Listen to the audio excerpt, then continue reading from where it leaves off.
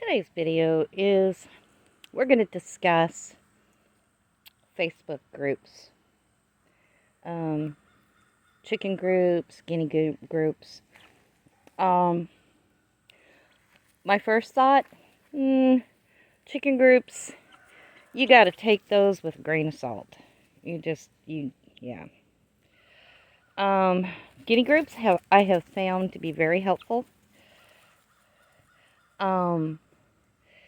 They give out good information. Chicken groups, yeah, not so much. You've got a lot of newbies that have been raising chickens for a couple of months, and suddenly they become experts, and they spread a lot of hearsay and not a lot of fact. I belong to 2 chicken groups, and at times I could just pull my hair out. It's just some of the things that people tell people that, and then they turn off comments and you can't reply with the actual facts of it. They repeat the same questions over and over and over again. And it kind of drives me nuts. It's just, I don't know how many times I have to see, is this a hen or a roe? Even though you try to explain to people what to look for and the signs and, a day-old chick, unless it's sex-linked or something like that, you're not going to know. You're not going to know. And people, oh yeah, if you tip it upside down and you do this and you do that, oh, that doesn't work. People say it does, it doesn't. I've done that and it don't work. This is coming from experience. My go-to place for information on chickens is YouTube. And I go straight to the different people that actually raise chickens, that are chicken farmers. And so, that's, if I have any questions or anything, I go to them. In these groups, people don't do their research beforehand, before they even get chickens. They don't know what breed they have. They don't know what a straight run is. They don't know what a pullet is. They don't know what a cockerel is. You know what I'm saying? It's just, but these are the people that are giving you advice, So, I do not take advice from chicken groups. I try to give as much helpful information as I can on them, but it has come to a point where, I don't even respond to a lot of the posts because they're so absurd.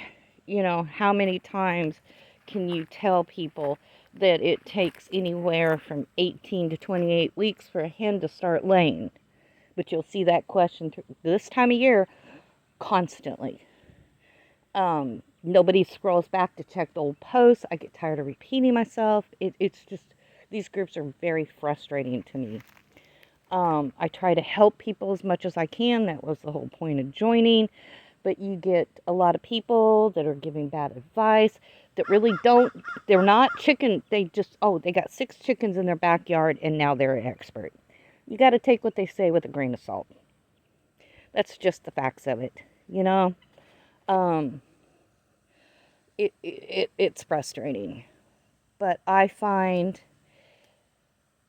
going on YouTube and looking up my question, and finding a video from an actual farm that raises chickens is more helpful than going on Facebook chicken groups.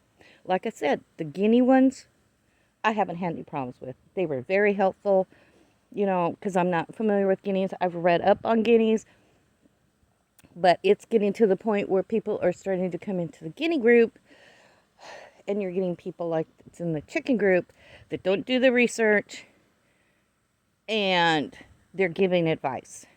And it's just severely frustrating.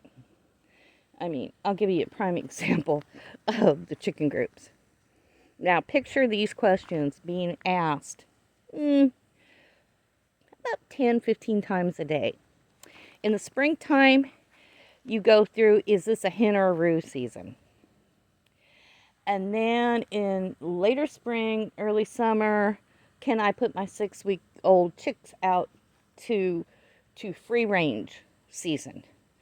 And then summertime, going into this time, is why are my chickens slowing down laying? They're molting, or it's hot, or why hasn't my hen started laying yet? They're 20 weeks old. Well, maybe because that breed takes 26 weeks, or, you know, that's the fact. And then you go into the fall. Oh my gosh, my chickens are losing their feathers season. And then you go into winter. You see these questions all the time. You go into winter, and it's, how do I keep my chickens warm season? Oh my gosh, is this frostbite season? You know what I'm saying? It's the same questions over and over and over. They don't try to research this on YouTube. They don't try to research it on Google. You know, there's things that you can do to keep your chickens warm. There's things that you can do to keep your chickens cool.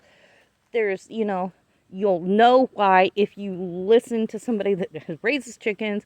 The chickens molt yearly. And that molt can start. Ours has started. It looks like a huge fight took place in one of my chicken coops, because that's the older hens. I mean, they're a year old. They're molting, okay? It's very simple things that you can cover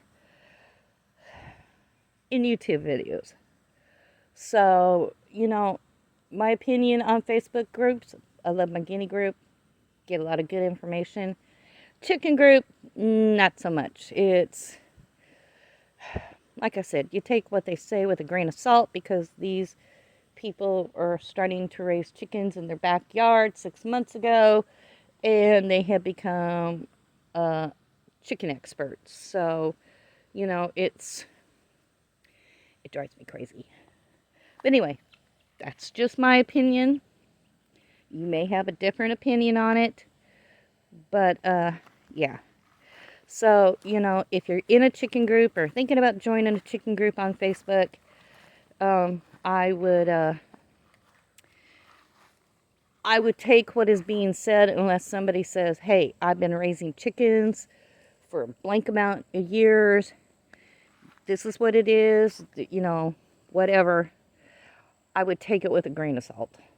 Unless they can show you that what they're saying is true. Like, myths. Oh my gosh. The myth that if you free range and buy black chickens, the hawks won't kill them. I had black Jersey Giants laying, so they were hens, and they killed 2 in a matter of 5 minutes. So that get black chicken thing is complete bull. There's so many things that people say to do, and do this, do that, and this won't happen, that won't happen. Take it from somebody that's had the experience. Black chickens do not keep hawks away. Just, that's the facts of it, But anyway, if you found this video helpful, don't forget to like, share, and subscribe, and leave me a comment. And I will talk to you soon. Bye.